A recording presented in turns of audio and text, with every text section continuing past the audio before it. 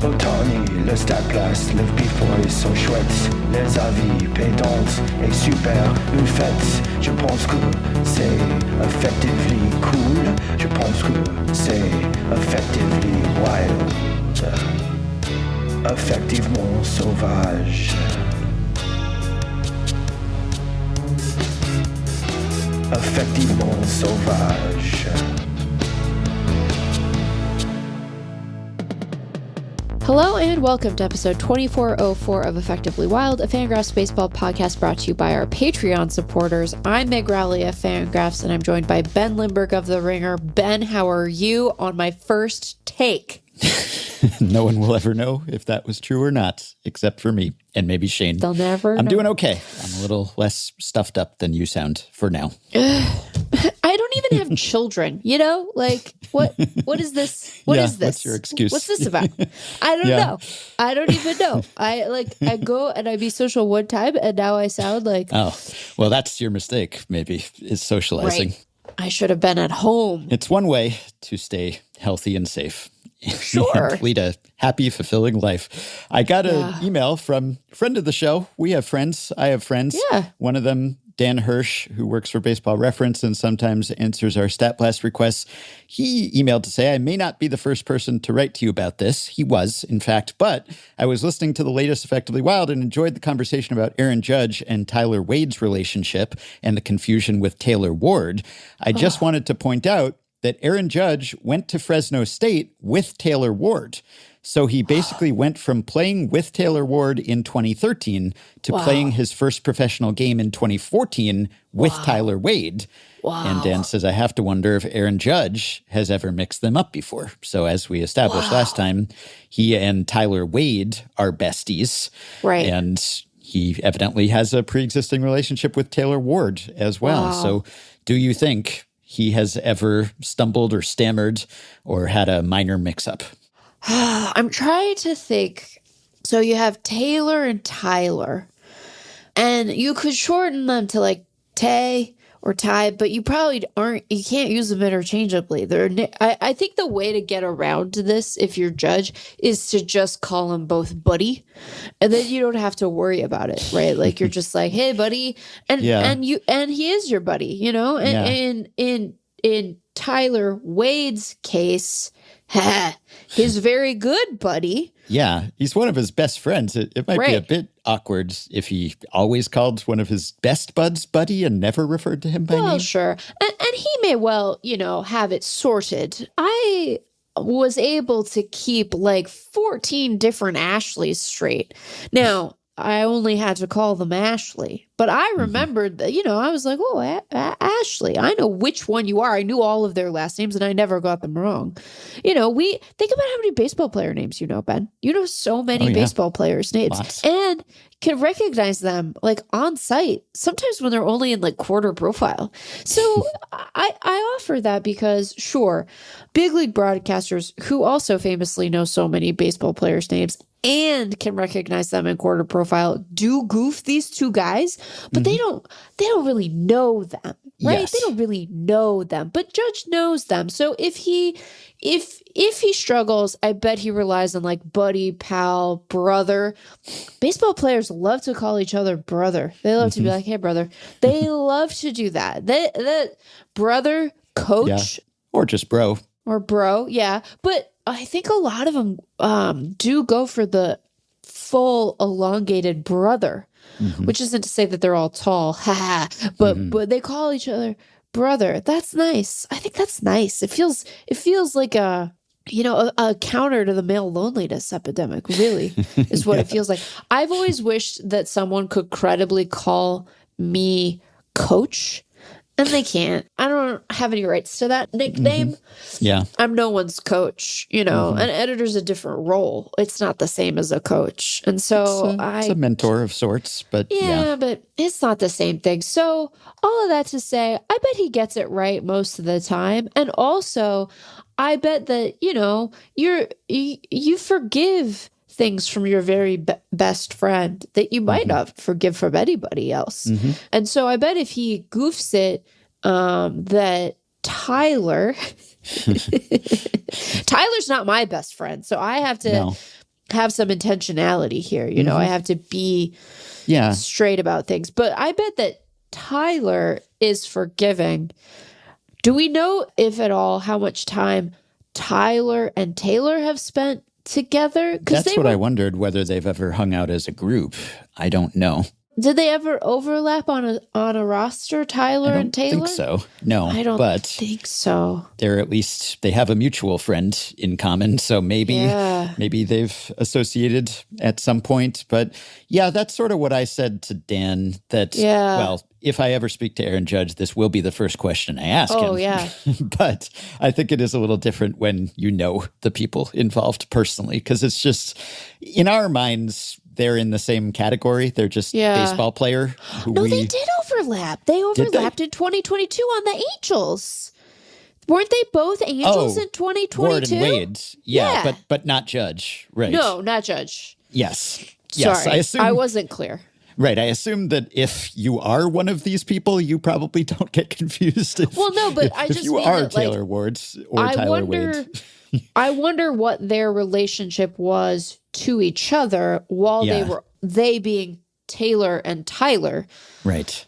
Oh, God. We need, I'm torn because on the one hand, there's so many wonderful human names across so many different cultures, but also we maybe need more names because the existence of Taylor and Tyler suggests a lack of imagination that I think it does not speak well of us as a species. Anyway, I wonder what Taylor and Tyler's relationship was like while they were both on the Angels, because that was the source I wonder what Taylor and Tyler talked about. That's a tongue twister. Yeah, maybe they talked about both being friends with Aaron Judge. That's one way you can break the ice. If you have a mutual friend, just talk about your mutual friendship, and then maybe you can parlay that into being friends with each other. That can be dangerous, though, because if you're not actually mutual friends and one of them is I don't like that guy, and the other one's he's my best friend, then you become enemies because you're true. Well, I barely know you. And broadcasters, that's right, because broadcasters mix them up in part because they were on the team at the same time. That was part of that was definitely part of it. That was sort of the origin story, maybe. Yeah. I remember things better when I don't sound like I have cotton balls up my nose. I think for the people involved, I'm sure they can keep them straight. I'm sure Aaron Judge doesn't actually get them confused. If he does, it's purely a pronunciation issue that could probably be excused, but probably he keeps them separate because he knows them personally, whereas for us, they sort of occupy the same bucket in our head, the same sort of headspace. They're just big league baseball players whom we don't know personally. We have watched and studied their stats, and that's all we know. So they are, in a sense, interchangeable, but probably not for Aaron Judge. But my point was that if Taylor and Tyler were friends with each other while on the Angels, then if Aaron Judge does accidentally call Tyler Taylor, I bet that Tyler minds less because he's like, my good buddy Taylor, that's why I'm curious about what their relationship was like to each other, because it offers a smoothing of the way. Yeah, that could be. Although if you're the bestie of Aaron Judge, if you're Tyler Wade and he's mixing you up with Taylor Ward, whom he maybe played with in college, but doesn't know as well or isn't as close to, then maybe you take that personally. Maybe that's sort of an insult. You can't distinguish between us. Yeah, I don't rightly know. I'll have to ask Aaron Judge at some point. Yeah. I will probably be the first person to ask him if he can keep them straight. Maybe. So we'll see what he says. I'll report back. When you're there asking him that, will you also go to some of the pitchers and ask them about what it feels like to give up a home run? Because I always wanted to ask them that, but I always feel I'm not in a clubhouse very often. So it feels like a personal thing to bring to a big leaguer who you don't know well, right? Yeah. And how do you time that question? Do you do it when I think you could probably do it when they haven't given up a home run in a very long time. That's the time. Yes, that would be. I feel like I'm sounding worse as we go. Right, if you're hey, I know that you don't remember what this feeling is like because it's been right. If you can cast your mind back to the last time this happens, that's a tactful time to bring it up. Yes, I'm sure it doesn't feel great, but I have at times at least, heard a pitcher express appreciation for Sure. a true bomb hit against Right. them, where they're just like, yeah, he got me. Like I had to turn around and stare at Right. that thing to see how far it went, which I always appreciate that. There's almost a pride, it seems like, at times when the pitcher contributes to a ball that's hit that far, because they do make some contribution. The pitch's speed does make a minor contribution to the ball's exit speed. And so you can feel like you had something to do with that too, Right. even if it kind of went against you. So yes, Yeah. I will add this to my list of questions for Aaron Judge, and I'll ask him if he calls people brother, which actually reminds me of Hulk Hogan more than anything, which is not the most positive association, but I see why your sentiment. It does suggest some tenderness. Here's another story that suggests some tenderness, although in this case, in the form of a quadriceps strain.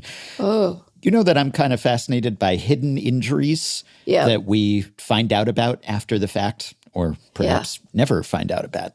And we got some insight into one just this past week, courtesy of Cincinnati Reds Pobo Nick Krall, who made a disclosure of sorts about Ellie De La Cruz and what he was dealing with late in the season. And if you will recall, we talked about this, and I think maybe even speculated about this in mid-September. Episode 2373, we talked about how Ellie had been in an extended slump and how he just hadn't been playing like himself. And I didn't go back and listen, but I think we may have at least raised the possibility that perhaps he was not 100% physically. That turns out to have been the case. So Krall first described this injury as a partial tear of the quad on the Reds Hot Stove League radio program, and that kind of made the rounds because partial tear sounds scary. And then the day after, he clarified kind of that it was a quad strain, which is the same. That's what a partial tear is. It's a strain. It's a tear. It's sort of the same thing, but strain doesn't sound quite as serious. Right. So, but this is something he was dealing with on the radio on Wednesday. He said, if you look at his year last year, and I think a lot of people don't know this, at the end of the year, like toward the end of July, he was dealing with a partial torn quad. And he has been rehabbing. He was at the ballpark today. He's been rehabbing this whole offseason. To his credit, he played every day. He tried to grind through it. He tried to play through it. If you look at his defensive numbers, he made 12 errors through roughly toward the end of July when he got hurt. And then he made 14 from the end of July on. He was trying to play through it, but he wasn't able to do it as successfully as possible. And that shows up certainly in the defensive stats, and also in his offensive stats, too. And Krall said, I do think that you look at where he was up until that point where he got hurt, and he was definitely better defensively. He just didn't finish the way he started, because there was even some talk of, will he still be a shortstop? And the Reds are trying to quiet that down by saying that he was not his healthy self late in the year, so don't judge him by that stretch of performance. And offensively, too, I don't know exactly where to draw the line. I don't know if there was a particular day that we can identify when this happened. But if we just look through the end of July, he had a 129 WRC plus and 29 steals and 4.2 WAR. And thereafter, over the last 2 months of the regular season, 66 WRC plus, 8 steals, 0.2 WAR. So he was essentially a replacement level player while he was dealing with this quad strain, evidently. And I'm always fascinated by this, because I continue to think that if we could perfectly account for the player's physical state at all times, and that could mean any number of things. That could be just how well rested you are, and a serious injury or a nagging injury, or even psychological stuff just that you're dealing with off the field. If we could account for that, then a lot of what looks like inexplicable or random variation in player performance would turn out to be pretty explicable. We would just be able to say, oh, yeah, he was dealing with this thing that made him X percent of what he usually is. And if we had that perfect information, I'm sure that we could really improve projection systems, and we could really ramp up how well we think we understand baseball. But that knowledge is not public most of the time. And he didn't go on the IL, right? So it's not as if someone looking in the future. It's not as if a projection system can really take this into account, because if you're on the IL, if you miss some time, then there's a way to incorporate that into data. That is data. You could factor that in. But if you're playing through it and you're playing every day the way that Ellie was, there's no way really to account for that cleanly. And it's something that could easily be forgotten if you just didn't see this quote. Or, if we're talking decades ago or something and you're not doing the research, you're just looking at someone's stat line and you're not digging into what was said about them at the time, then you'll probably never come across this and you'll never know and you'll never be able to explain why that was. And we lose out on a lot of knowledge that way. And this is, I'm just talking about injuries that the team is aware of. Of course, there's the whole other genre of injuries that the team doesn't even know about. We talked about the Sean Murphy of Atlanta injury. That was an unpleasant surprise for his team when he decided to come forward about that as well. So there's like two layers of secrecy. There's the layer where the team is aware and the trainers are helping the player manage it and everything, but it's just not public knowledge, at least not until after the fact. And then there's the double secret probation kind of knowledge where no one knows maybe ever. And the player just takes that to the grave, basically. So I wish, I don't want to be like invasive of anyone's privacy here, but I wish that we had that information at times because I think it would really aid our understanding of player performance. Well, and I don't mean to call you out, Ben, but if I recall our conversation about Ellie correctly, like you even in the context of that conversation, because he hadn't had an IL placement, I had to remind you that he had been dealing with lower body stuff and that might account for part of his performance swoon.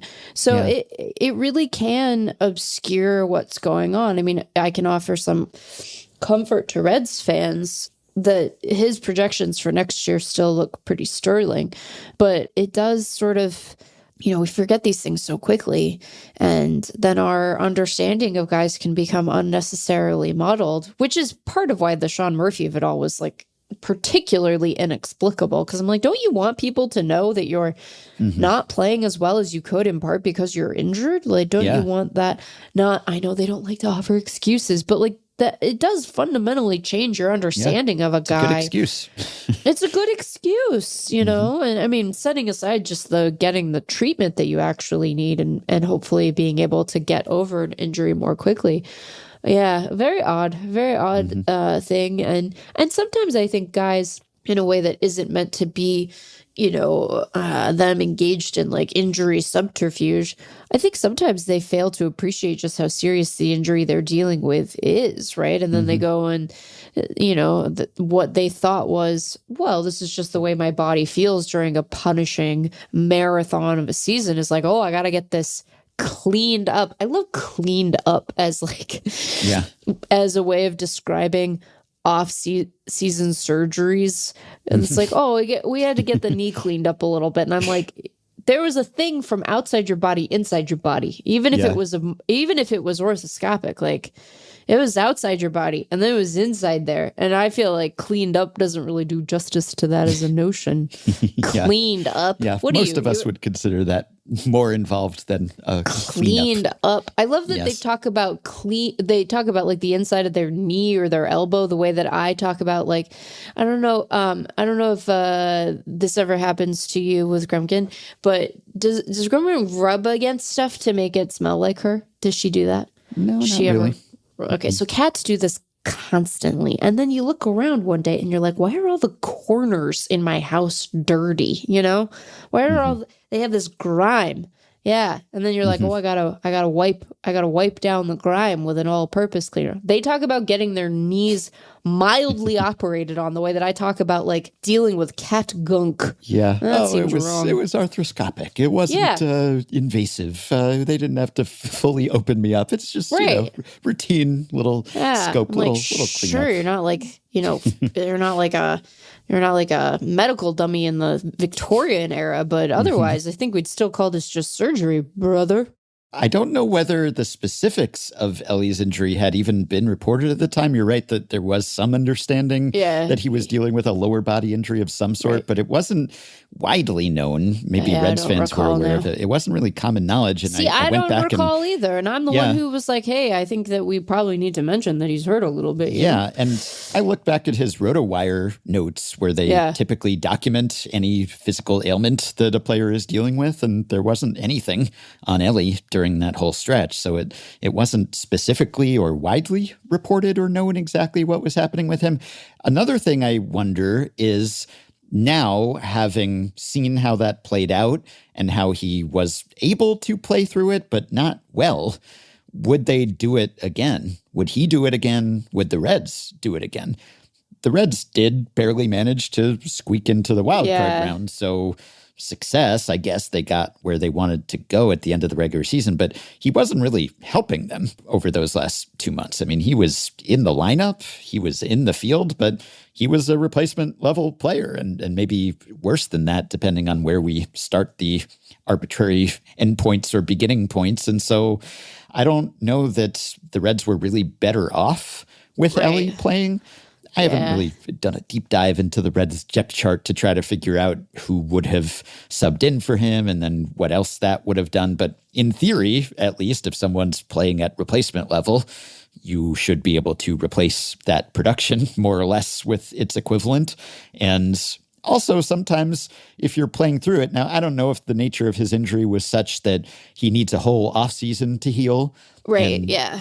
Taking a week or 2 or 3 off wouldn't have made any difference. But seeing how it played out, I do wonder whether there would have been any benefit to just sitting him for August, let's say, bring him back in September. Maybe he would have been closer to his usual self, or just sitting him entirely. It's like a fine line, because when it's the best player on your team, which Ellie is, then you want him in there. And even if his performance is compromised, you figure, well, he's still probably going to be better than our second string option, but maybe not. If you're so compromised that you're playing at replacement level, maybe it's better for you to sit. So I wonder in retrospect if they could do it over again, whether they would have handled that any differently and whether he would have, because, that puts a little damper on his stats and could affect his future earnings in some way, potentially. So, I wonder, because it's hard to navigate that in real time. You don't have perfect information about how this person's going to play. And whether it'll make the injury worse, You're lacking so much.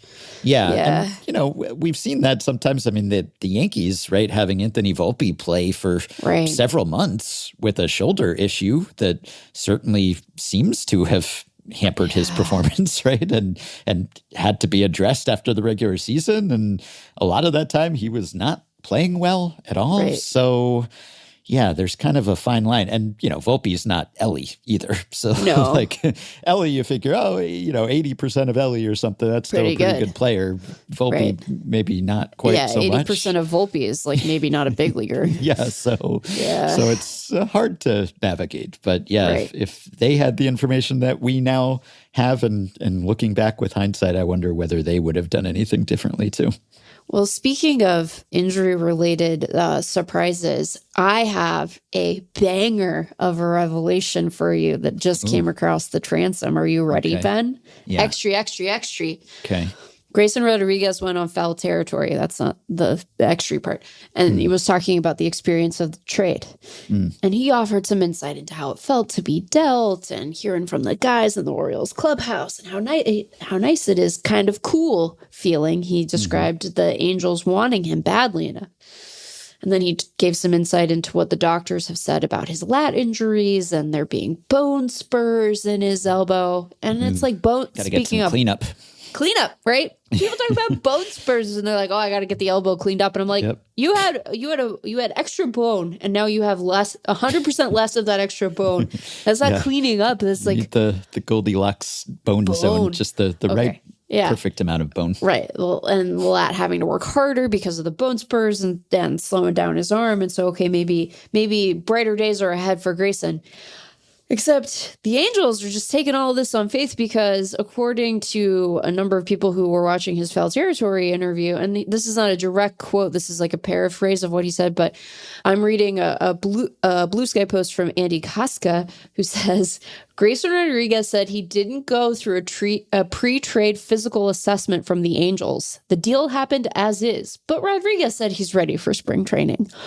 I want to laugh for 1,000 years. Can you imagine not requiring a pre-trade medical on Grayson Rodriguez? Can you imagine? And I understand, as we discussed last time, they're buying positive variants here, right? That's the thing they are acquiring is Grayson Rodriguez and his positive potential variants as like a front of the rotation arm who happens to have been hurt for a long time. But don't you want to know if he like has an elbow at all? Don't you want to, aren't you curious about like the state of the lat and the elbow and the whole shebang? I would have expected that he would undergo a physical.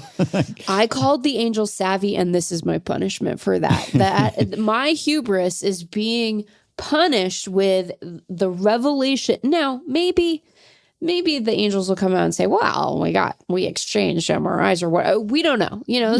Right. That's what I was going to say. Not that I'm inclined to give the Angels the benefit of the doubt when it comes to medical issues or any baseball-related issues, but it's possible that he had a recent physical, right? Maybe he had just like a end of season exit interview physical, and they were just like, well, that suffices for us, probably. Sure.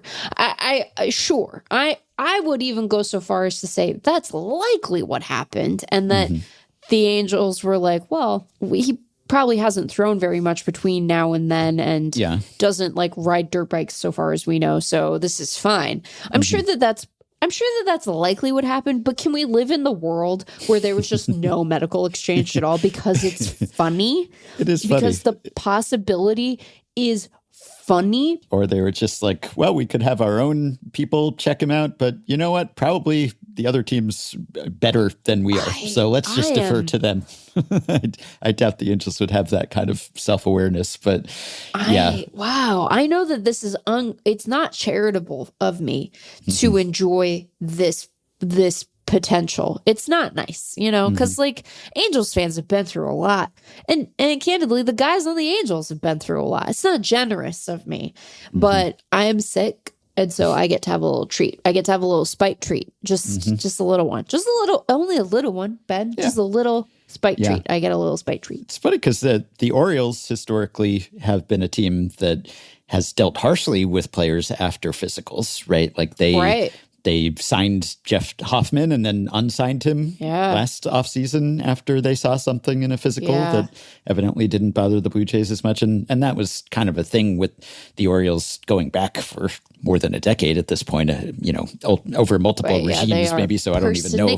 You might say. I'm not sure if that's really a hallmark of them or it just so happened to be the case over a period. But yeah, they have been particularly tough when it comes to scrutinizing medicals. So I don't know, maybe the Angels just felt like, well, if the Orioles say he's okay, then we'll take their word because they're the ones who tend to back out of deals. But yeah. Did they say that though? Is that what they said? I wouldn't really expect that the Angels did the greatest due diligence in any case. So we can laugh until more information comes out and probably vindicates them.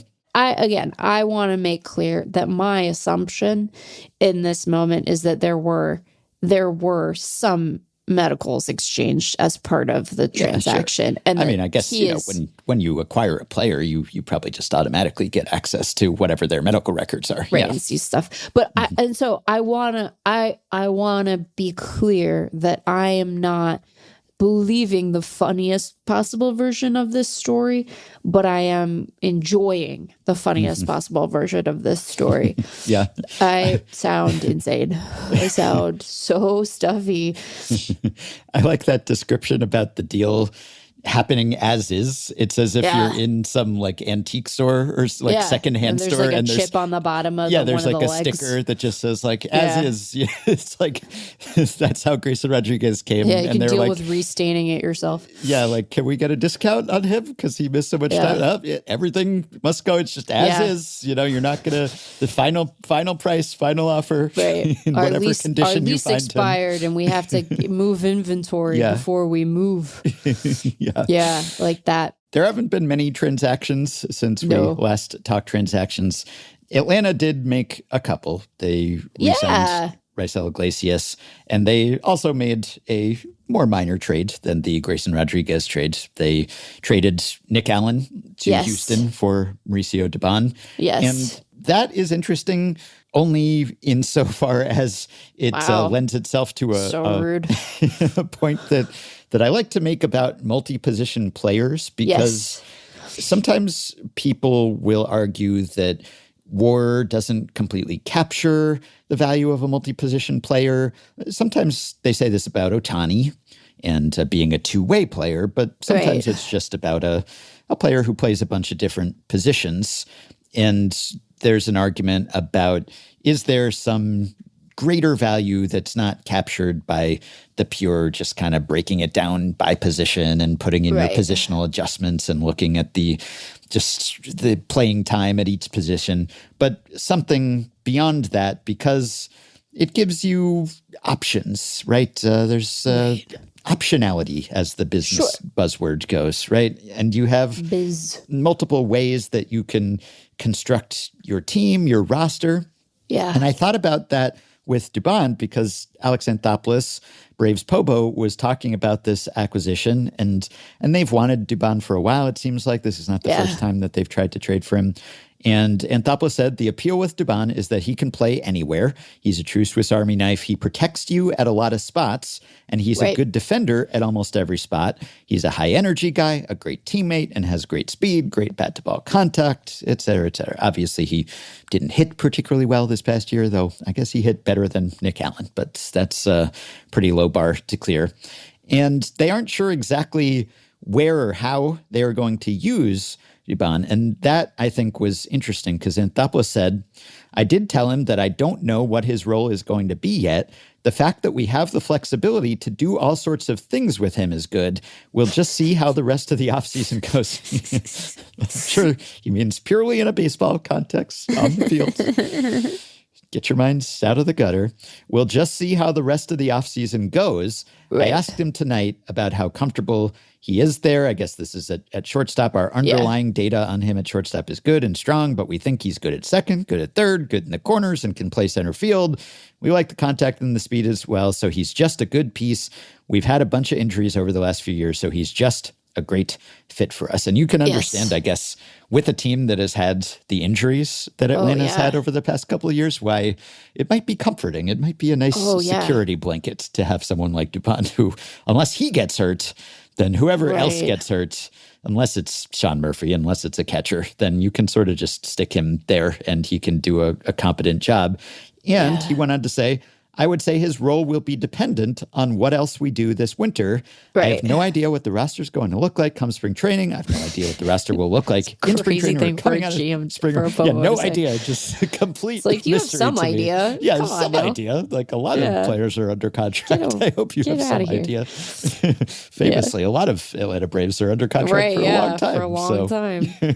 Knowing he has the flexibility and the athleticism and the ability to do all that stuff, it just gives us so many options. This winter. So that is something that I think we can't really account for, and nor probably should something like WAR. But I think there is value to that in that you have a player like that. It does give you a bit of an edge, maybe, as you're going through your offseason and you're figuring out other signings and trades to make. You just have a number of different paths available to you because you could slot him in so many places that it gives you the option to basically just say, well, if we get a good deal on someone at this position, then Dubon can play over there. But if we get a good deal on someone who plays this position, okay, then we just slot Dubon in over there.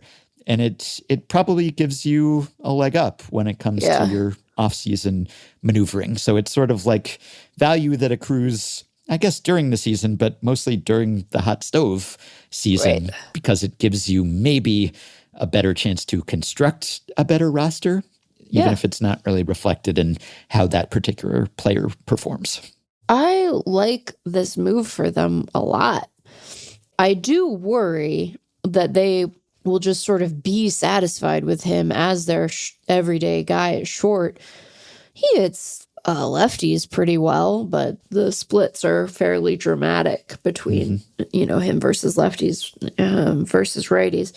There's just, disturbing precedent for them being willing to go with a really crummy bat at short, Look at Nick Allen. But I do think that he is a really good, clean fit for them because he can play everywhere. And all the places that he plays well are places where they had a starter go down for some amount of time last season. And so the idea that you can just pop him out to an outfield corner or you can start him at short or what have you, I think has to be really appealing if you're Anthopoulos. I think that we capture the value of those guys good enough, but I'm willing to concede the notion that we are leaving some percentage of their value on the field. Because it's not like they don't get credit for playing at those positions. You know? No, I think they get appropriate credit for their direct contributions. Yes. It's just that there's kind of a indirect value that they provide to a Pobo. Correct. By letting them chart a number of courses through an off season. And he was, despite having an 80 WRC plus last year, he had 2.2 FanGraphs WAR in 133 games, 398 plate appearances because he was so good in the field. At least StatCast fielding run value had him as the 7th best fielder or tied for the 7th best fielding run value in baseball, despite not playing a full season's worth of innings and despite playing a whole bunch of positions. It's just pretty impressive because, he played 961 innings and everyone else above him at least played more innings and in some cases many more innings than he did. And, there's some small sample variance in all of this, of course. But he kind of, it's not like the typical utility guy who, sure, he can play a bunch of positions, but is he actually good there? At any of those? But he actually seems to be good pretty much everywhere. So if he hits, then that's a bonus. But it's just being able to kind of cover your ass at that many defensive positions. I think that's valuable. And there is an aspect to that we don't capture really, and nor should we, because that's not really what WAR is designed to do. That's not really what it's for, but there's a little extra something there, I think. And then, on the flip side of that, just briefly, further evidence that we are in like a new era of Astros baseball where they're like, yes, we will take as you said, if you think that Mauricio Dubon's bat can be kind of late, look out for Nick Allen. Yeah. Although, he's going to cost less money. So that seems like part of the appeal. And, they have other thumpers. Jim Crane's like, save me some money. Go save me some money in arbitration. It is particularly impressive to rack up that kind of fielding value while just constantly switching positions like that too. Because I agree. He played every outfield spot. Left, right, and center. He played second. He played short. He played third. He played first, even. So, all those different angles and gloves and mechanics and everything. It's hard to do that and still be elite everywhere. So, he won a Gold Glove. Seems to have been well deserved. Yes, I feel like we talk a lot about the DH penalty and sort of how it manifests and how real it is for like a guy who's like really a DH versus someone who's like cycling through there. And so we've talked about some of the nuances there, but I don't think that we as an industry maybe talk enough about the potential challenges of switching betwixt and between positions like that. And it's not just packing, although it does involve more packing. Because of the gloves. You need different gloves. Yep. You probably have a whole bag full of gloves. Yeah, I would think so. Yeah. All right. Well, I've got some emails. We have a big backlog of emails because we basically haven't done a genuine email show in a long time, what with the playoffs and then all the early off-season business. So we'll probably have more emails next week. And by all means, keep them coming, podcast@fangraphs.com. But we can do a few, and we have some that are of sort of a pedantic or definitional nature. And this one comes from Jacob. And it's a question about the term baseball lifer. Ooh. So Jacob says, I am a Twins fan, and I've been hearing Derek Shelton be termed a baseball lifer. He's only 55 years old, and if all goes well, he has many happy years of life ahead of him. So it seemed to me pretty young to call him a lifer. In your estimation, what is the youngest someone can be and still be called a baseball lifer? On the flip side, what's the oldest a potential manager can be who's still thought of as a rising star? Yeah, I don't know, because a manager, it's hard to say, because managers can be in their 30s, they can be in their 70s. Who knows? There have been people at all ages or all ends of the age spectrum who've had some success in that role. Though I guess you probably wouldn't call him a rising star. I don't think beyond your, 40s probably for a manager, I would guess. Maybe it has to do with experience more so than age. So it's probably dependent on the person. But yeah, baseball lifer, that is a term you tend to hear applied to the real grizzled, graybeard, wizened, just like put half a century into the game and all sorts of roles. So is Derek Shelton too young at 55 to be a lifer, or how young can you be and be a lifer? I don't think he's too young to be a lifer, in part because of how we age adjust our understanding of old in baseball. He is old in baseball terms. I mean, he's not like an old person. Yeah, or not an old manager really either. Right, but he is old in a baseball sense, right? When you're oh my God, this 34-year-old, they're probably going to fall apart rather than play another big league season. So I think that he's sufficiently a veteran to be called a lifer. He has, a patina. Like if you were a cast iron pan, he'd have a patina. He'd have a little verdigris, little rust, little wear and tear. Look at you, the non-cook, being like, let me bust out verdigris. Well, I don't know about verdigris from cooking. I guess I know about it from buildings, probably. It's, when the copper turns green. Well, yeah. I don't with copper as a cook. Brass or bronze or whatever. Right. It's too expensive. It's very expensive apart from anything else. Copper. You are like a patina on your cast iron, but you don't want rust. That would be, that's a problem. Then you need to rehabilitate your Wow, anyway. I can hear your cold advancing in real time. Getting worse in real time. Like the funny thing is, and I progress over the course of this podcast. I hate to say this because I feel like the monkey's paw will immediately curl. I don't feel bad. I sound bonkers, but I don't feel bad. But the last time I said that, the next morning I woke up with like 102-degree fever, and it was like, I guess I'm not doing my job for 2 days of the wild card round. So yeah, well, nervous. I hope that's not the case this time. But it is striking when you did the intro. It was like, oh, I can kind of hear that there's a little bit of stuffiness, maybe, and now you're like advancing. The stereotypical can't breathe through my nose. I was trying to not talk very much. Well, maybe that was a good idea. You can go back on vocal rest as soon as we're finished here. But here we are. Anyway. I mean, technically, I think almost every Major League Baseball player or person is a baseball lifer because they've spent their life when they're children. In baseball. Like I'm on Derek Shelton's Wikipedia page, and it notes that he got his first set of catcher's equipment at the age of 3. So, and his father coached baseball, and so he played from the time he was a kid. His entire life, he's been in baseball. He's been playing baseball. He's been coaching baseball. So, by that definition, he is a baseball lifer. And most big leaguers, even if they're young big leaguers, they've spent the vast majority of their lives playing baseball, right? So is it more about that, or is it a combination of what percentage? I guess it is. Is it about percentage or is it about bulk? Is it about just your counting stats, essentially? Just how many years, or is it the percentage of years you've lived?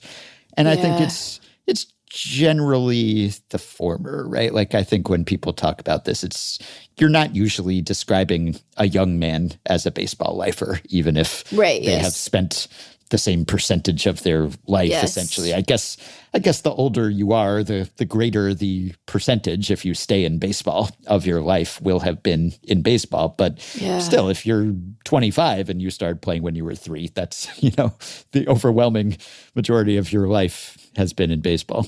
I think you're right. Part of it is like, what are you trying to put the emphasis on, right? You're trying to, when you're talking about the person in question's biography, and when you're a very young man, sure, you have been playing ball for like a huge percentage of your life likely in some capacity or another, right? But like Juan Soto, for instance, like he came up when he was so young. Well, he had been playing baseball for most of his life anyway, though, even though he was so young. And now he's been playing baseball for a long time relative to his age and just in, general terms, like he's been, free agent and what have you. But when we think about Juan Soto and how age plays in his biography, it's still mostly washing over us in terms of like, I can't believe how young he is still, right? Like, remember when Juan Soto was a free agent, cast your mind back, to last December.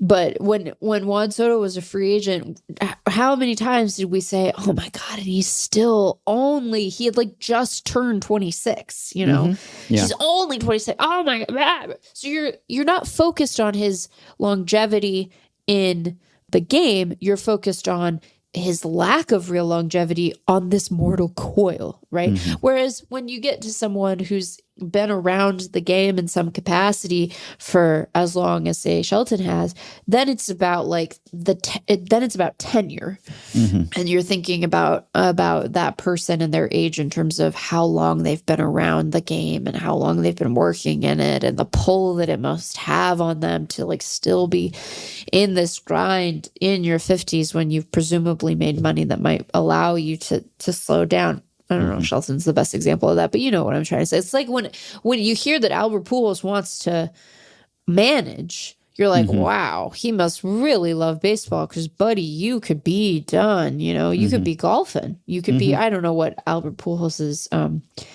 interests and hobbies are outside of baseball. Sometimes they don't have one, which is part of the problem, right. And then it's like you're in your 50s, you're trying to develop a new skill, which like was good for you as a person. But sometimes you like routine.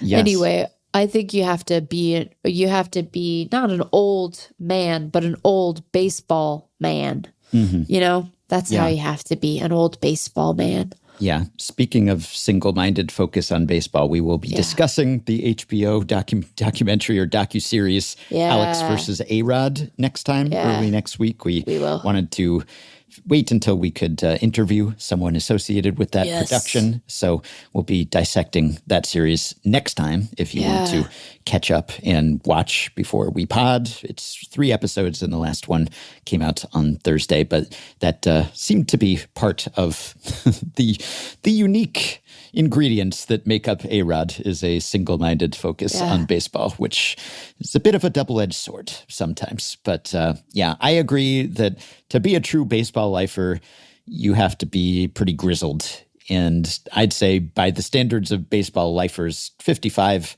might be even on the young side. I'd say that's fair. Yeah, I'd say maybe 60. Maybe when you hit 60, you can be a baseball lifer. But I was gonna say when you start getting AARP mail, but guess what? Guess what, Ben? That happened. Remarkably early. Yeah. And then you get targeted advertising about menopause and you're like, excuse you, I am not yet 40. I don't know that I need the hot flash part of this yet. So here's a question from Joe. It's a question about double barrel action. Oh, I don't know. It's it's a gun reference, right? Yes. Double I have a barrel question action. for y'all about your opinion of the phrase double barrel action. Is it double barrel or double barreled? Or maybe it can be both, but used by broadcasters to signal that there are two pitchers warming in a bullpen. It seems to me that it's exclusively used to refer to a time when two relievers of opposite handedness are warming up at the same time in the same team's pen. And it was used this way by the Blue Jays radio broadcaster, whose name I unfortunately don't know, to refer to activity in the Yankees bullpen in the second inning of their division series. I mainly experience baseball through radio broadcasts where this is a somewhat common phrase, but I believe I've heard it used on television broadcasts too. What I'm wondering is whether or not the podcast hosts have the same conception of the term, or if you've ever used it or thought of it in different situations. Can double barrel action denote two lefties or two righties warming up at the same time? I assume the phrase refers to shotguns, which often have two barrels, one on the left and one on the right, in a configuration called side by side, though there are also over and under shotguns, which are the only kind I've ever personally used in a trap shooting class I took for a physical education requirement in college. What a sentence. Yeah, my phys ed did not have trap shooting as a requirement, oddly. It seems like most bullpens do have only two spots for pitchers to warm up for whatever reason, but are there any with more than two? I guess it's rare that you'd get more than two because usually you want your righty option and your lefty option, right? And so the third would be sort of extraneous at any particular time. Would it be possible to have triple barrel action? As far as I know, triple-barreled shotguns are not commonly used, but other multi-barreled guns could give us more appropriate terms, such as combination action. A combination gun is a firearm that includes at least one smoothbore and one rifled barrel, but often have more than one of either kind. I'm sorry to have made you think about guns for so long.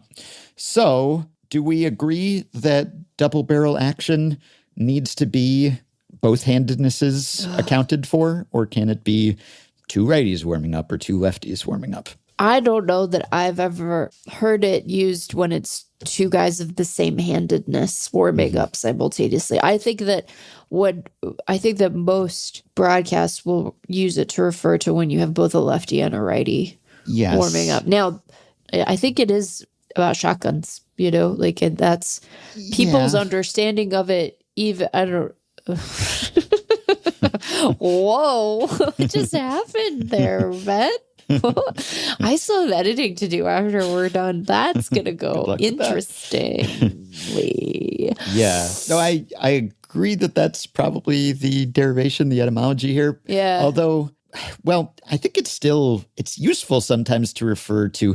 Now, I guess maybe most of the time when you have multiple relievers warming, they are of opposite handedness. You have guys of both handednesses. Yeah. So maybe it's just that, you only have more than one warming because if you're going to bring in a righty, you just have the righty. The one righty. But I'm sure it has happened. There are times where, Yeah, you might have maybe your manager gets guys up base more on leverage than handedness, right? Yeah. Like you have an inning that's on sort of a knife's edge, and depending on how it goes, you're like, oh, we need our closer, and then if it goes badly, it's like, oh, bring in the low leverage guy. So then you might have match twin handednesses, or it could be other sorts of platoon splits, not handedness, but ground ball, fly ball, or something else, or some specific characteristics of the pitchers and hitters out there. So I'm sympathetic to the idea that when you have two relievers warming, it would be useful to have a phrase for that.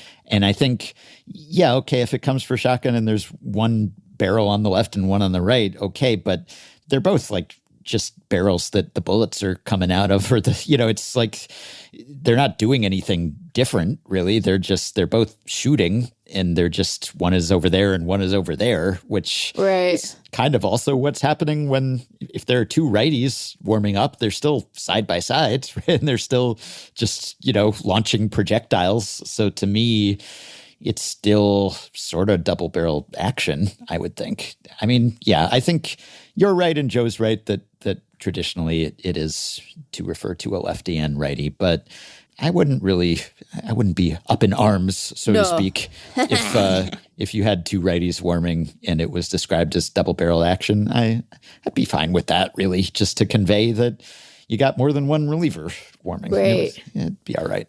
We have so much gun vernacular in our vocabulary. I mean, right down we have a lot to of describing guns. a good arm as a gun. Yeah. You got to preserve his bullets. Yeah. You know? Cannon. Yeah. Well, a cannon. It's a. Oh, no. I'm going to ask a question. And we're Is a going to cannon get. a gun? It's going to be like is a hot dog a sandwich? I think it's different than that. Isn't it more distinct? Isn't it more? I mean, I think a hot dog is not a sandwich. It's a hot dog. But I think a cannon is a gun. It's just it's a large caliber gun. It's artillery. It's artillery, but I don't think it's a gun. I think it's still a gun. I think it shoots a round thing and not a pointy thing. It's very, very specific subject matter expert type terminology there. Well, I'm thinking of like old school cannons. They're probably like a round shot, like a cannonball.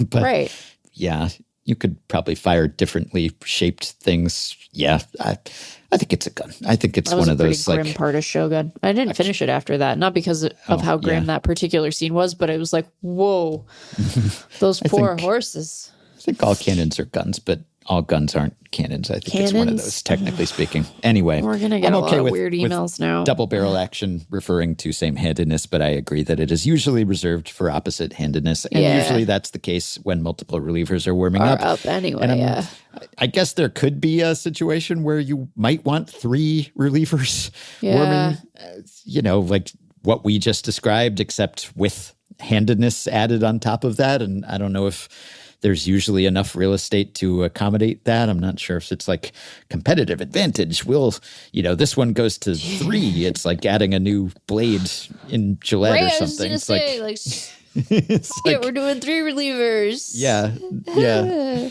Not sure you would use that all that often, but there might be certain cases. I don't know. Teams, they tend not to get guys up if they don't have to, because it does, just to warm up and just to throw, even if it's a warm-up pitch and it's not 100% effort, it takes a little something out of you. Teams keep track of that sort of thing. So you don't want to get someone up for no reason at all. You want at least a realistic possibility that they could be coming into that game. And do you really need 3 guys up at the same time? Maybe just pick 2 and be happy with it. So, yeah, maybe.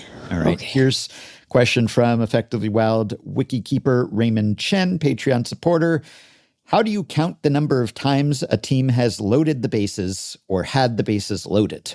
Oh. So Dixon defines bases loaded as a game situation when there are runners on first base, second base, and third base. Sounds right. And defines loading the bases as putting runners or allowing runners to be put on first base, second base, and third base, but doesn't give guidance as to how to count them. In the bottom of the first, in Cubs-Brewers NLDS Game 1, the Brewers loaded the bases on a Jackson Chourio single, but Bryce Terang struck out to end the inning. In the bottom of the second, with runners on first and second, Andrew Vaughn singled to load the bases. On the radio broadcast of the Cubs-Brewers NLDS, the announcer said, "The Brewers have had the bases loaded twice so far this game. So far, so good." Sal Frelick then lined out, leaving the bases loaded for Caleb Durbin. Question, does this now count as the third time the Brewers have had the bases loaded, or is the Durbin plate appearance the same bases loaded situation as Frelick's? An even more interesting situation occurred later in the same inning. With runners on first and second, Blake Perkins drew a walk, loading the bases a third time. Whenever I hear or see Blake Perkins, I think of Ann Perkins in Parks and Rec. I can't not hear it that way. Blake Perkins drew a walk, loading the bases a third time. Jackson Chourio then singled, scoring 1 run and leaving the bases loaded. Bryce Terang then came to the plate. Did Terang have the same bases loaded situation as Chourio, or is it a different one because the runners advanced? Sadly, Terang once again ended the inning with a bases-loaded strikeout. Did Jackson Chourio load the bases with his single, even though the bases were already loaded? Does there have to be an empty base because before you can load the bases again? Or can you unload and reload in a single play? Now we're getting back to gun territory. In other words, in that game, how many times did the Brewers have the bases loaded and how many times did they load the bases? Here's a litmus test for your answer. In the NLCS Game 1 freak double play, suppose all the runners had stayed put on Muncie's uncaught fly ball and Frelick had thrown the ball to second base to force one runner out. No runs would score and the bases would remain loaded with different people at some but not all of the bases. Did the Dodgers reload the bases? Okay, okay. Here's my answer. I think. So my initial reaction was, okay, so like you load the bases one time. So you have famously a runner at each base. By the way, when you started reading this, I was like, I'm sorry, are we going to be disputing the definition of a loaded base? Like, no, we're not going that far. More generally. And I was like, not yet, but the off season is young. Okay, so like let's say if you load the bases the one time, I think you would only be said to have loaded the bases if at some point in the course of the inning, one of the bases becomes vacant and then it becomes reoccupied. Does that make sense? It does. So does it have to be vacant for an entire plate appearance? As in, you can't just advance a runner. Let's say there's a bases loaded walk or something, and people are changing which base they're on, and those bases are briefly unoccupied. This is almost like that question we asked about, like, how do runs score? When do runs score? I think I would, in that instance, be more likely to say, like, if I were in the broadcast booth, I would be more likely to say the bases remain loaded. Yeah, bases are still loaded. Yeah. Are still loaded. And it's a different situation, technically, because there are different runners on those bases. There are different runners. And so I'll acknowledge that as a difference in the game state. But I think that I would be referring to the bases as still being loaded or have remained loaded. But if you were to, you have the bases loaded and you bloop a little single in and 2 runs score, and then it's, you're on first base, you being the batter, and the trail runner has advanced to third, but second is open, and then like the next batter up draws a walk, then you have reloaded the bases. Mm-hmm. Yes. Would be the way that then it would be reloading them because they were not loaded, and then they became once again loaded. Yeah. As opposed to remaining loaded. Basically, I think that part of it is dependent on, like, does the hitter have the opportunity to hit a grand slam or not when they come up? And then if the answer to that is no, they don't, then obviously the bases are no longer loaded, but you're in a different, you've reset. Does that make sense? Whereas like if if you're there, you're Bryce Trang and you're like, oh, everybody, the bases are loaded. And then you get hit by a pitch and the runner at third scores, the bases remain loaded. And the next, you, Bryce Trang, were able to, had the potential to hit a grand slam. And then the next batter, he also has the potential to hit a grand slam. So the bases have remained loaded for that hitter. Yes, I think I agree. Yeah, in order to load the bases, they have to have been at least partly unloaded for you to there has to be a load vacancy. them again. Yes. And we're not referring to while the play is in progress, you walk when the bases are loaded and okay, there's briefly a moment where people aren't on the bases physically, but the game state hasn't really changed in that the bases are all still occupied essentially and play has stopped. And the runners that are, the other runners who have not scored, they're not like in jeopardy of making an out either, so it's just, it's all still. They could be in some cases if you're not talking about a bases loaded walk, if it's just, like an infield single or something. Right. But like in general, you know what I mean? Like if it's, especially if it's like a walk or a hit by a pitch, it's like, well, the runner at second's not in jeopardy. They're just gonna. It does depend on what question you're trying to answer, though, because for accounting purposes, if you're looking up splits, let's say, a team's performance with the bases loaded, for instance, that would count as a separate plate appearance, of course. Like if a different batter comes to the plate, that counts as an additional plate appearance with the bases loaded for the purposes of that split. So Yeah, if you're counting plate appearances with the bases loaded, then that number is Right. going to go up. But if you're counting just times when you're loading the bases, which is not really a stat that we cite or need to No. know all that often, then I think maybe there's a slightly different answer. And perhaps we have parsed the fine differences there. And our last pedantic question, which is sort of similar, maybe, comes from James, Patreon supporter James in Columbia, Maryland, who says, not 20 minutes had passed after World Series Game 7's final out before I engaged my father and brother in a how can you not be pedantic about baseball debate. I was wondering which season saw the most innings in its World Series, figuring this season would probably be high on the list with 2 extra inning games, one of which went a whole extra normal length game. So I started to count innings and immediately ran into a pedantic decision point. Did Game 1 go 9 innings or did it go 8.5 innings? Worse still, did Game 3 go 18 innings, 17.5 innings, or 17.5 and one more batter innings? My family is split on how to do the math, but agrees I need to wait until we've all had some sleep before I ask any more follow-up questions. Yeah, this may have come up before because this is another what question are you trying to answer? And This is another example of me thinking that we haven't done good in the world, that we're bringing we've these opened up questions to this mind for hellmouth. people. Yeah. I think it varies because obviously for, say, accounting purposes, when you're tracking a pitcher's innings thrown or something, Right. then you're accounting for individual outs there.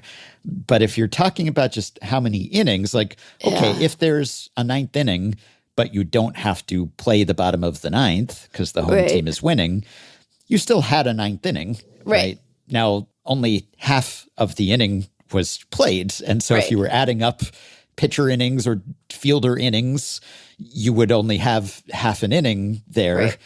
But also when we're talking about, well, how many innings were played in that game, it kind of just depends, right? It's like there were 9 innings, Right. but There were also 9 innings. there were 8.5 innings. They're both true.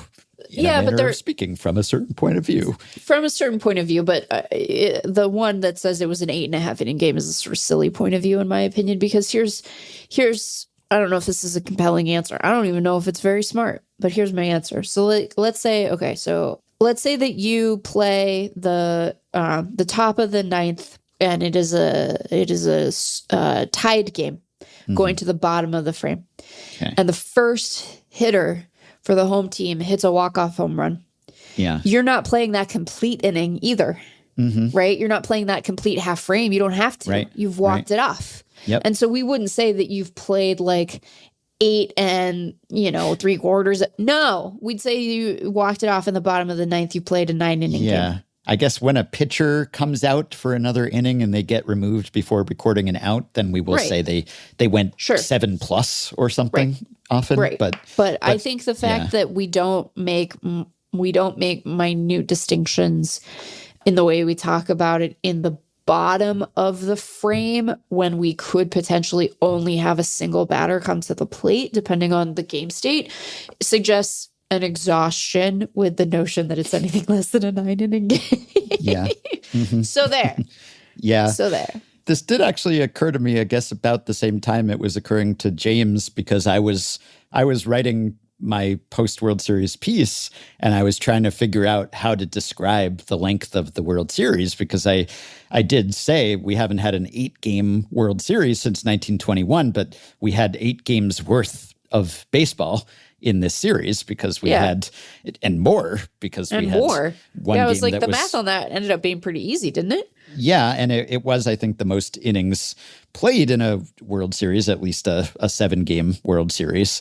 But I was briefly thinking about how to describe this exactly and how many innings was it, because there are different ways that we tally that depending on what question we're trying to answer. Yeah, what question we're and I was a little snarky, and I don't mean to be rude about it, but I just think, like, as a rule of thumb, the useful distinction is, did you play any of that inning? Yes. And then it's like, what it's like? It's not at all like this. I feel like I'm making a lot of mouth sounds, so I apologize if that's true. I feel like what it's like It's sort of like season eligibility for the Hall of Fame.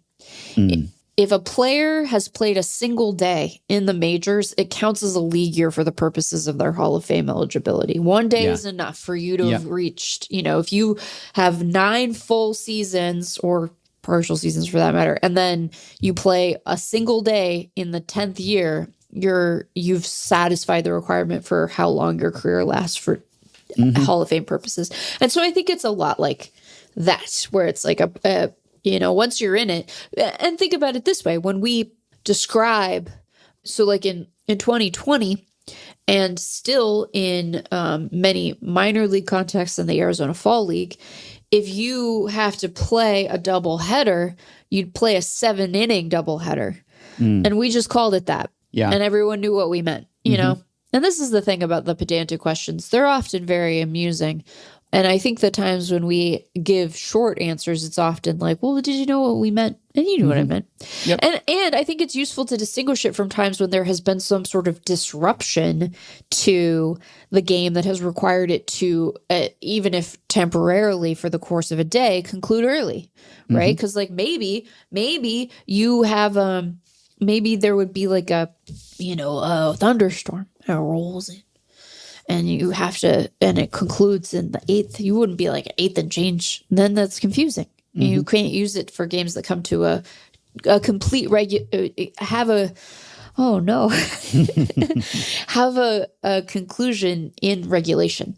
Yeah, you'd be all jammed up. You'd be all confused. We wouldn't know up from down.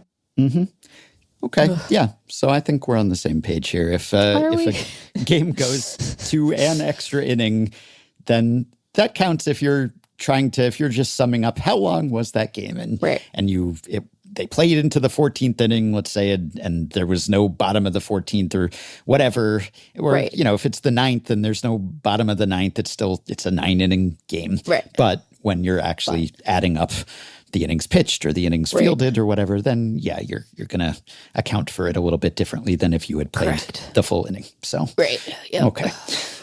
Context is pretty important, it turns out. Yeah. Yeah. Okay. Here is a sort of stat blasty question from Ashley in Melbourne, Australia, who says, longtime listener and Patreon supporter, writing to you from Melbourne, Australia. Looking forward to hearing your insights over the long, cold winter or short, hot summer, as it is about to be here down under. I wanted to share a play from my mixed-gender beer league softball team that took place earlier this evening. This was a few days ago. Not that you need to know exactly when Ashley's beer league softball game took place. My team was fielding with no outs and runners on first and second. This is not going to be another question about bases loaded or how many innings there were. The opposing batter hit a ground ball to our third baseman, who was playing off her base close to our shortstop. She collected the ball, and her body's momentum meant that she threw to second for the out. Our second baseman had time to throw the ball back to third, and our third baseman got the out there as well. A standard 5-4-5 double play. Except, as it turns out, it isn't that standard. A search on Google has rendered very few instances of a 5-4-5 double play. In fact, none at all that I can find in video format from MLB. Admittedly, more common would be for the second baseman to throw to first and get the batter out for a standard 5-4-3 double play. But both of our basemen were contorted in such a way that this play just worked. Should I be surprised that a 5-4-5 double play is such a rarity? Is it actually a rarity and we just don't have much footage of them taking place? Is it the more athletic and gifted fielders and runners of MLB that mean this type of play is consigned to beer rec leagues only? So I put this question to Michael Mountain, fellow Patreon supporter, who checked the logs for 5-4-5 double plays or 5-6-5 double plays. Michael found 25 instances on record of a 5-6-5 or 5-4-5 double play in MLB, including 3 in the StatCast era, the most recent of which was in 2022 when Phillies were playing the Brewers and Bryce Harper was batting and Rhys Hoskins and Kyle Schwarber were put out. Michael says Harper's was hit hard enough that Schwarber had to hold in case it was caught on the fly. turned out to be a one-hopper and he was stuck. The other two were choppers hit by above-average sprinters. In Victor Robles' case, an elite sprinter, that the third baseman came into the base path to field. The runner coming from second had to hold up to avoid an interference call, losing all their momentum and having no shot to make it onto third. Miguel Cabrera nearly fell down. In both of the slow chopper plays, you can see the shortstop moving to cover third, and they're at the bag when the play concludes. It seems like the main difference between Ashley's play and how a similarly scored play unfolds in MLB is that the second out of the play is not typically made at or near the base. I would imagine that runners going on contact who don't have any reason to slow down en route are virtually never an option for getting put out at third. So that is the answer, Ashley. It does happen in MLB, but maybe not exactly the way that it happens in beer rec league softball. And I will link to the 3 examples of the play on video that we can access easily here. Thanks to Ashley for the question. Thanks to Michael for looking up an answer. And we have a couple switch hitting related questions. And I guess one of them is sort of in the pedantic vein, perhaps. So maybe I should have considered it earlier. But this one is about what counts as a switch hitter. This comes from Arya in Oak Park, Michigan, Patreon supporter, who writes in with a question that niggled at them about Cal Raleigh's historic season down the stretch. Are there clear parameters for quantifying a switch hitter, or maybe qualifying a switch hitter, or classifying a switch hitter, or more specifically for defining achievements by switch hitters? For example, if a player is a legitimate switch hitter, but happens to hit all of his home runs from one side of the plate, is he eligible for most home runs by a switch hitter records? I guess it would be tough to set that record if you were hitting them only from one side of the plate, but technically it could be done. Or suppose Aaron Judge has 62 homers going into the last game of next season. The Yankees have the division sewn up and the game is a laugher. As a lark, he takes his final at-bat left-handed and hits a home run. Is 63 now the new record for most home runs by a switch hitter? We can go on and on with implications and hypotheticals, but you get the idea. Can you provide clarity? So how would we define a switch hitter? Do you have to be a full-time switch hitter? Can you moonlight? Can you be a switch hitting dilettante? Can you just try your hand at it and count as one? Or do you have to meet some minimum of switch hitting to qualify? I think that you probably do have to hit some minimum, like some percentage of your plate appearances have to come from the other side. I mean, like, even like I think Cal's like a real switch hitter, right? He hits from both sides fairly consistently, but like even quote unquote real switch hitters, like they tend to, if only because of what the pitching matchup dictates, tend to see one side more than hit from one side more than the other. But if you have like one plate appearance from the other side, like you might be listed as a switch hitter, but I wouldn't consider you a switch hitter. But I don't know exactly what the number is that I need to be satisfied. You know what I mean? I don't know about that. Yeah, I don't know if you'd be officially listed unless you were doing it really regularly. You'd have certain plate appearances in that bucket, again, to go back to the splits. Yeah. But I don't think anyone would really call you a switch hitter. It would just be a fun little experiment you tried. You know, someone turned around just for one plate appearance. Like, you know, that has happened, I guess, but you wouldn't call someone like that a switch hitter. I think the more likely scenario where you're like sort of falsely classified that way is, you know, there are guys who give up switch hitting. And so, because they're, sometimes they're like meaningfully and appreciably better for one side than the other. And they might be listed as switch for a little while, but effectively be transitioning to being a one side of the plate guy. And so sometimes I think that maybe their classification lasts like a season longer than it should. The really confusing thing, and I don't know if like an MLB person who listens to the pod can clarify this for us, but why are some guys listed, the vast majority of switch hitters, when you look at their like player page, are listed as bats S for switch, but some of them are B for both. Why? Why is it different?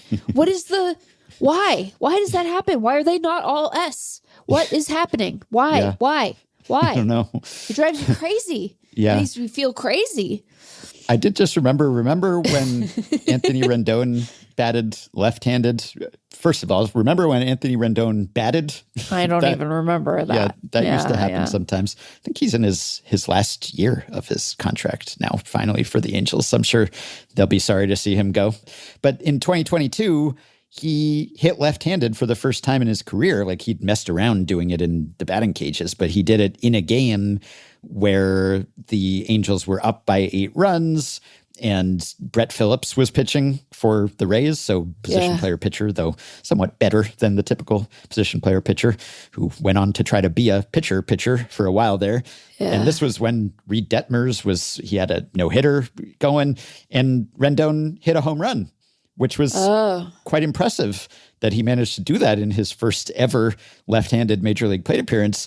But you wouldn't have called him a switch hitter after that, right? Because it was just one time. It was just on a lark. Like, I guess he had the capacity to do it. He did do it once, technically speaking. But yeah, you have to do it regularly, I think, to be classified or officially listed as one. And it doesn't come up that often because that's quite rare. It's very rare that players will just turn around for the hell of it, because it has to be that sort of situation, blowout where the other team has essentially already made it into a farce by bringing in a not completely real pitcher. And you say, okay, then fine, I will fight farce with farce by then turning around myself.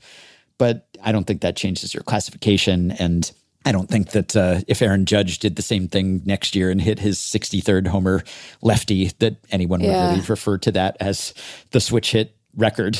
And I don't know, going back to what I said before, like, I think that once you come in as a switch hitter, you're probably just always listed as switch, right? Like, I'm trying to think of an instance where a guy like made the transition to just batting from one side and then there are guys who've retired from one side. Right, but I think they are they still listed? Yeah, are they reclassified like on their player page or whatever? I don't know that they are. I think they're probably listed as switch in perpetuity. But because you want to know that they did hit switch, probably, right? To like maintain the record. I guess, although the switch. Shane Victorino comes to my mind as someone who did that, who was a switch hitter and stopped switch hitting. Oh, and see, at Baseball Reference, at least, he's listed bats right, but there's a nice little handy note that says right under the bats and throws, Victorino was a switch hitter until midway through the 2013 season. How about that? Oh, and we just have him listed as bats right. So this is a FanGraphs failure. Yeah, because everyone's like, when will they get Shane Victorino? Finally. Right. Yeah. Anyway, I think that you have to like take some percentage that I refuse to be nailed down to today from both sides in order to qualify. Like, yes, I agree. Yes. Like if Aaron Judge turned around for whatever reason and hit a home run, and like if you're going to put money on anybody to be able to do that, wouldn't it be Aaron Judge? Just be like, you can freaking send one out of here. Yeah. Now, the other way around, so to speak, when a switch hitter does not switch hit, which happens on occasion, we have highlighted how Tommy Edman, despite being a switch hitter, will sometimes not turn around. Sometimes will face a pitcher from the same side because of what that pitcher throws and the stuff and how it breaks or the arm angle or whatever it is. And we saw that fairly recently. I would still say that Tommy Edman is a switch hitter. Right. He just, so you can, it's not 100%. You could have a little lapse every now and then where but it maybe it's even just like a majority. Maybe it's just if you switch hit more than half of the time that you are, able to, then you're a switch hitter, because you can be a switch hitter and sometimes stray from that and still be a switch hitter, because then the exception is not switch hitting. It's just, the exception that proves the rule, sort of. Proves the rules, sort of. Yeah. Okay. And then Bobby, who is a Patreon supporter, had another switch hitting related question.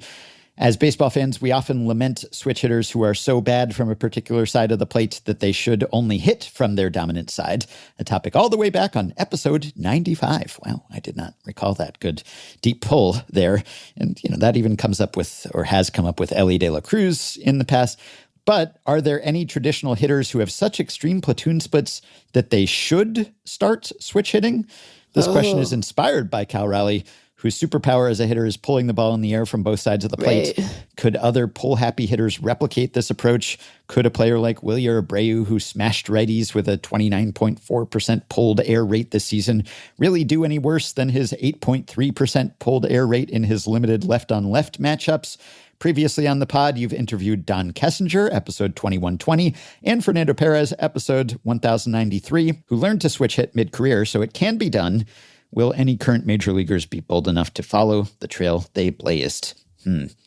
Yeah, it's definitely more common to stop doing it mid-career than to start doing it mid-career. Yeah. It's a pretty tough trick to pick up midstream or ever for that matter, but it seems like one way that you can do it is to do it when you're young and your brain is still sort of wiring things that way, and maybe it's a little more malleable and you can forge those new connections and it can be a bit more natural than when you're picking it up as an adult and those pathways are sort of set or more so than they are when you're a kid. It's kind of like language acquisition, maybe a little bit like that. But I don't know that I would look at anyone who had super extreme splits and say that meant that they should be a switch hitter. It might mean that they should be a platoon player.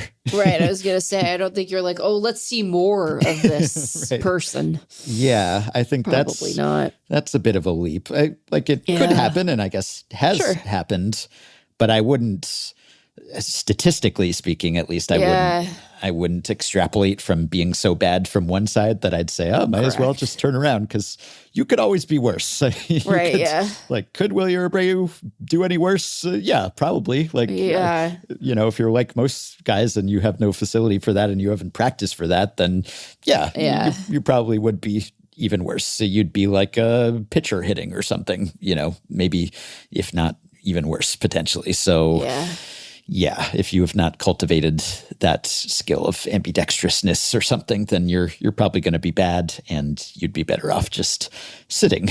Yeah, I agree. That's my instinct. I wouldn't be like, oh, please let us see what more we can extract from this player. I'd be like, let's see less of him maybe a little bit. Yeah.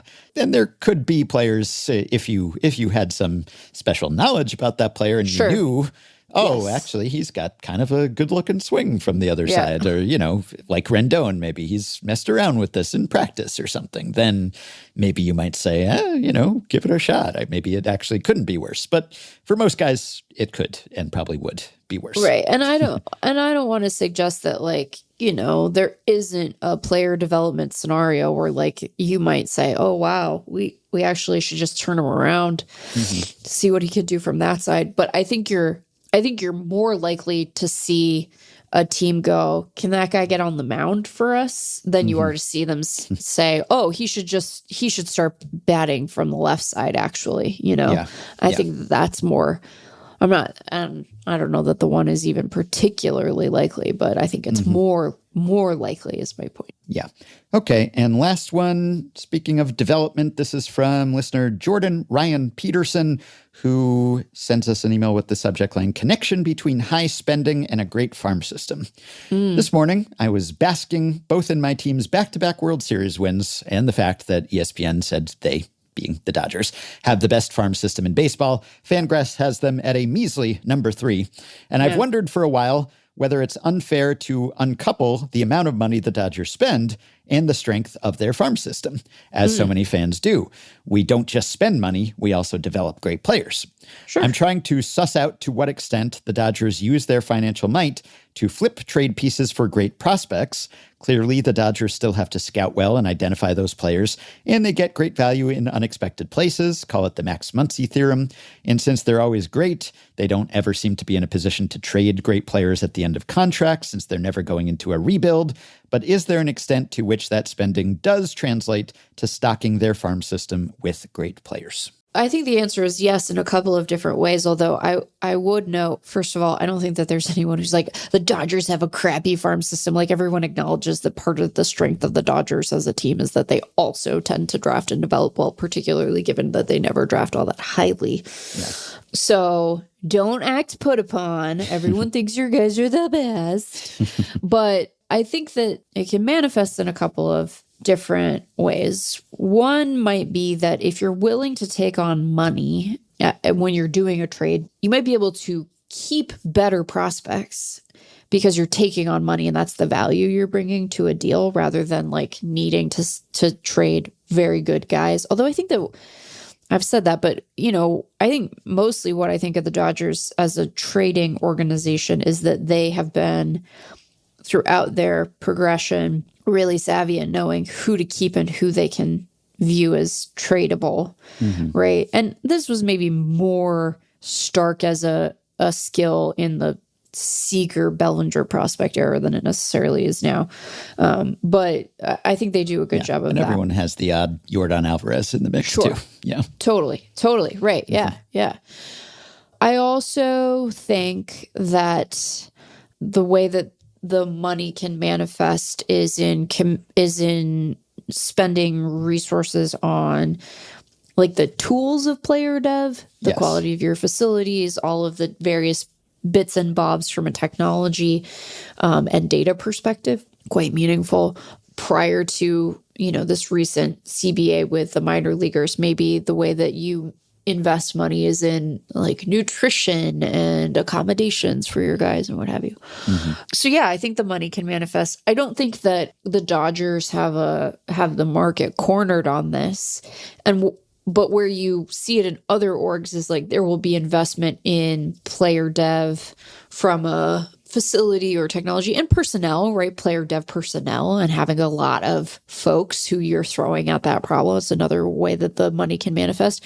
And we see other clubs that have good player dev, but maybe that's where they're putting a lot of their resource, because I do think that you can get pretty dramatic return on that investment. And so that's why you see clubs like, say, the Milwaukee Brewers, who have a payroll that's a fraction of the size of the Dodgers, but are putting money into people and process on the dev side so that they can try to sort of punch above their weight from a payroll perspective, right? Because one way to try to tangle with a club that has big payroll when you don't is to get the most out of your very young, team control guys. So I don't think the Dodgers are alone in this. But yeah, I think that it's striking when you go to Camelback, just how many people there are there during the spring. Like you walk around Camelback during the spring and there are just and I don't mean fans, although boy, there are a lot of fans, understandably so, but it's like you walk around Camelback and there's just a lot of folks on their backfields, in team gear, and they're working on something. Yep. More technology, more coaches, more infrastructure, and just not cutting corners and skimping on things that probably deliver a great return on investment, because it's always the dollars per WAR. If you develop one productive player, then this was worth it. Or something like when we talked about David Popkins, the Blue Jays hitting coach, and his origin story, it was like the Dodgers knew that he was a good coaching prospect. And so they signed him as a player, even though he didn't play, just so he could be a player coach and they could keep him around for a while. And just something like that, which is just a rounding error. It's not even that for the Dodgers, but some organizations, they might not. If you can't say, this will produce a very tangible, immediate result for us, they might just say no. But a team like that is not going to draw the line there. And so, you just kind of collect talent. You put everyone in the best possible position. And I guess if you had a correlation between farm system rating and major league performance, I guess it would be an inverse one, because typically, I guess, a team that is riding high in the majors probably is at a low ebb in its farm system, because it probably promoted a bunch of good prospects to get good in the majors, and probably also hasn't drafted high for a while, or has traded some of their good prospects to get good major leaguers and everything. So it is somewhat unusual and notable when a team is maybe the best team in the majors and also has one of the best farm systems. Yes, and has for so long. I mean, yes, this is a place where LA really distinguishes itself because you just think, surely they'll have exhausted their prospect depth by now. Yeah. Surely they will have graduated the guys who are worthwhile, but it's like they just keep coming. Yes, right. And sometimes their depth is such that, well, sometimes their prospects get blocked. You end up with like Dalton Rushing, like where's he going to play? And where's he going to play? Sometimes what they do is then just trade those guys, you know, like they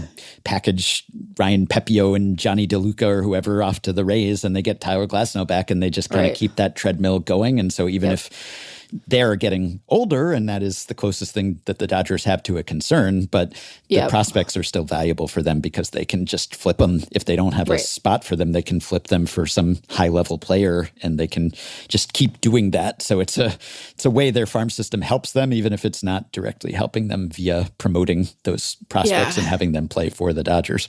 I think the way that I would maybe describe it, and, you know, Los Angeles is clearly the front runner when it comes to this stuff right now. I think that like the Mets are trying to move toward this model.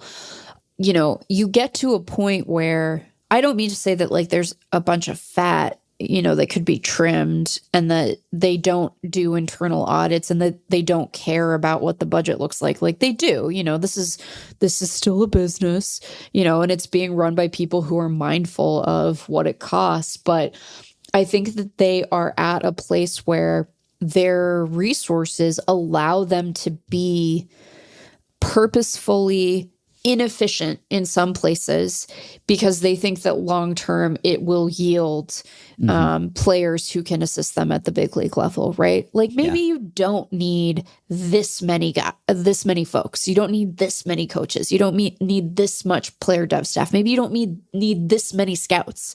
Yeah. But if one of them gets you the guy who can allow you to keep the conveyor belt going, well, it's a drop in the bucket. Yeah. It's a drop in the bucket. And I think, you know, particularly on the non-player staffing side, in the grand scheme of things, especially for a team like the Dodgers that are just freaking printing money, what's a $70K salary, even with benefits and all the stuff brought in, right? Like it's not very much money in the grand scheme. And I think the teams that run smaller payrolls but still manage to compete, they understand that piece of it very well, right? Like I said, they understand the return on investment. And so even though it might be a little inefficient at times, it's still worthwhile for them.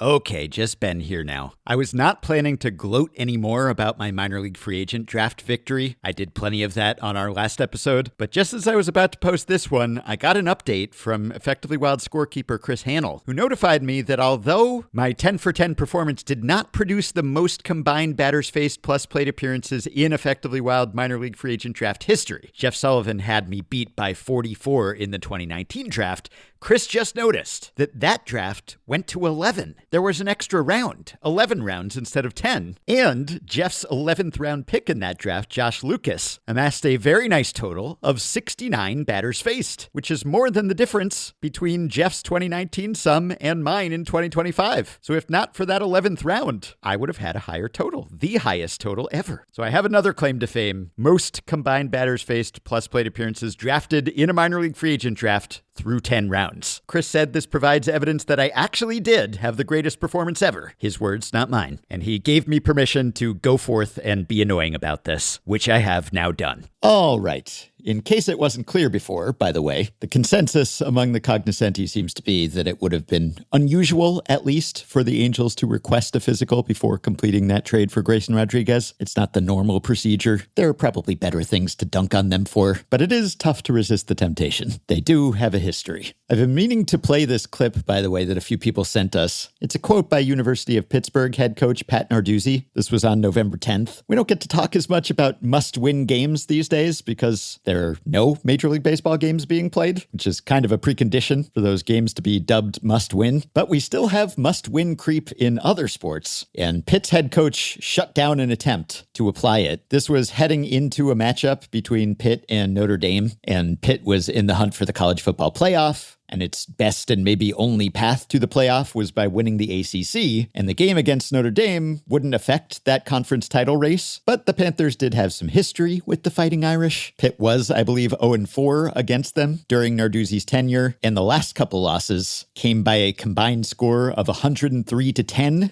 as he was reminded shortly before this response that you're about to hear.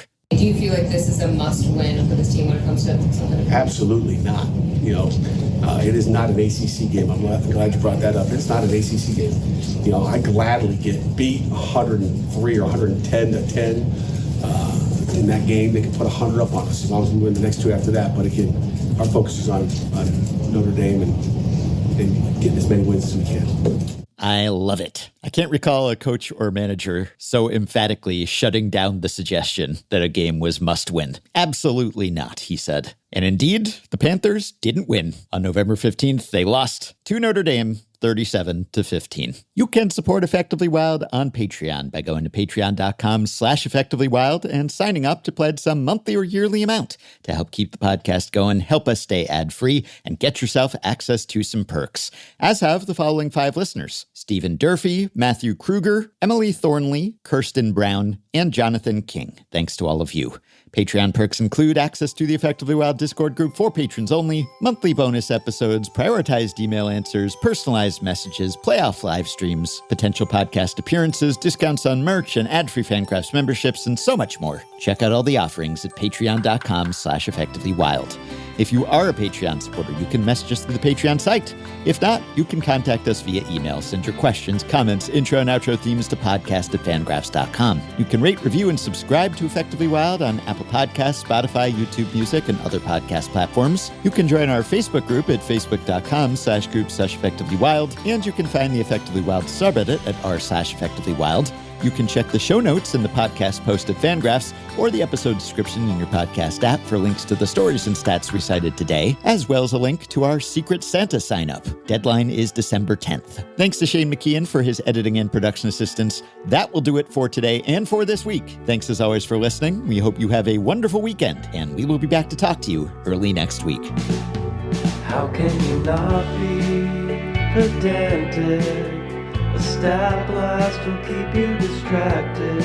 It's a long slog to death, but they're sure to make you smile.